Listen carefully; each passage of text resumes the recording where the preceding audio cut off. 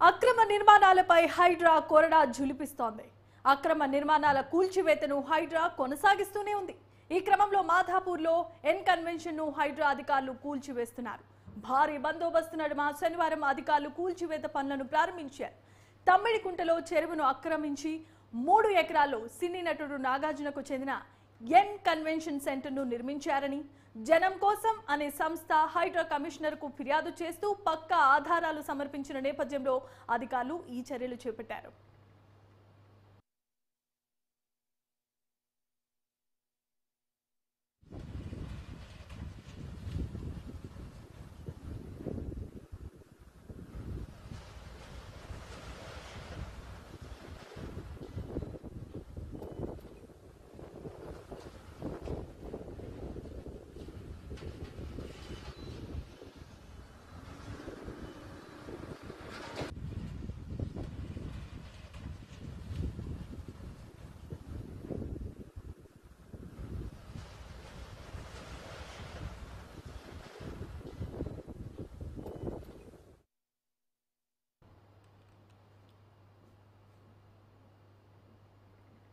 Visuals చూస్తున్నాం. అక్రమ నిర్మాణాలపై ఇప్పటికే హైడ్రా కొరడా ఝులిపిస్తోంది.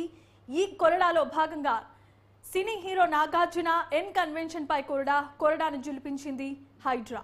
అక్రమ నిర్మాణాల కూల్చివేతను హైడ్రా కొనసాగిస్తూనే ఉంది.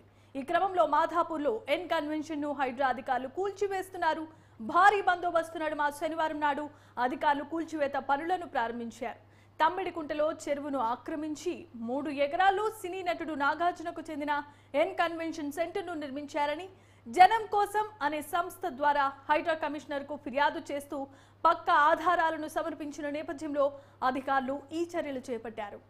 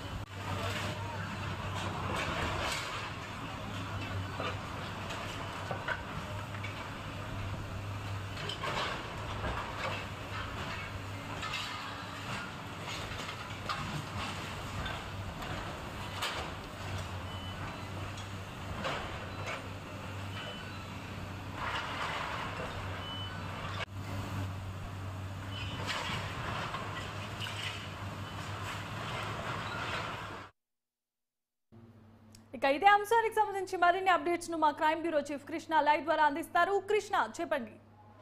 జమీమా, ఏదైతే ఈ ఎన్ కన్వెన్షన్ వ్యవహారానికి సంబంధించి ఈరోజు ఉదయం తెల్లవారుజామున 6 గంటల నుంచి హైడ్రా అధికారులు భారీ బందోబస్తు నడుమ ఈ ఎన్ కన్వెన్షన్ మొత్తం కూల్చివేయడం కూడా జరిగింది. 10 బుల్డోజర్లు, దాదాపు 500 మంది పోలీసులతో భారీ బందోబస్తు అనేది ఏర్పాటు చేశారు. దాదాపు 2 కిలోమీటర్ల మేర నిషేధాజ్ఞలు విధించడమే కాకుండా మొత్తం అటు మీడియా కానీ, అక్కినేనికి సంబంధించిన కుటుంబ సభ్యులు కానీ, అభిమానులు, బంధువులు ఎవరూ రాకుండా మొత్తం ఈ బ్యారికేడ్లన్నీ ఏర్పాటు చేసి ఎక్కడికక్కడ కట్టుదిట్టం చేశారు.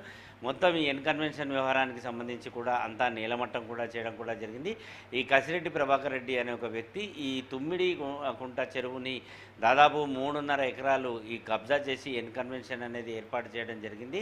దీనిపైన చర్యలు తీసుకోవాలంటూ హైడ్రా అధికారులకు ఫిర్యాదు చేయడం జరిగింది.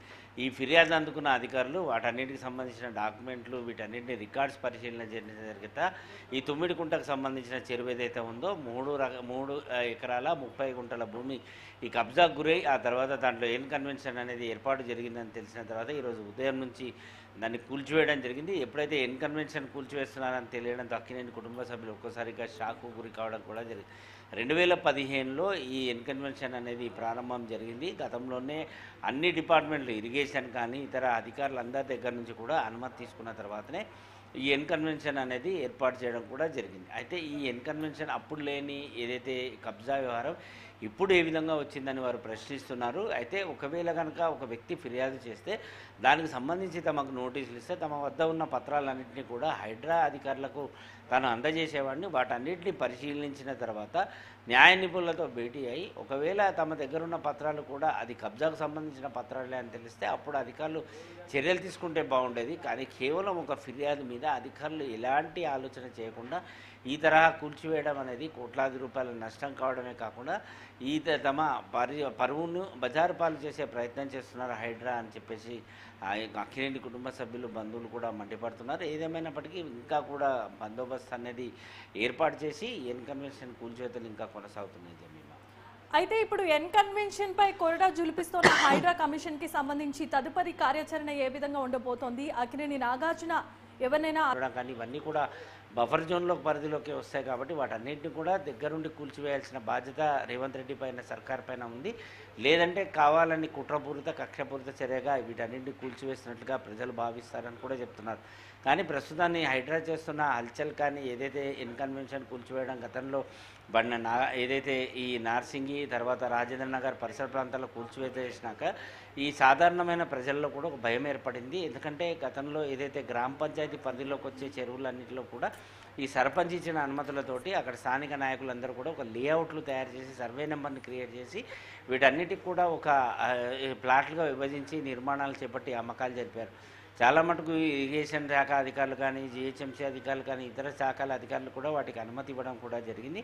సో ఈ పరిస్థితుల్లో హైడ్రా వచ్చి కూల్చివేస్తుందంటే కూడా సామాన్య ప్రజలంతా ఉన్న ఇండ్లు కూలిపోయి రోడ్డు మీద దిక్కులేని పరిస్థితుల్లో పడాల్సిన పరిస్థితి ఏర్పడుతుందా అనేది భయం కూడా వెంటాడుతుంది.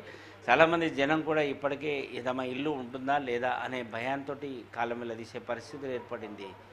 Jemimah, right, thanks for the updates Krishna.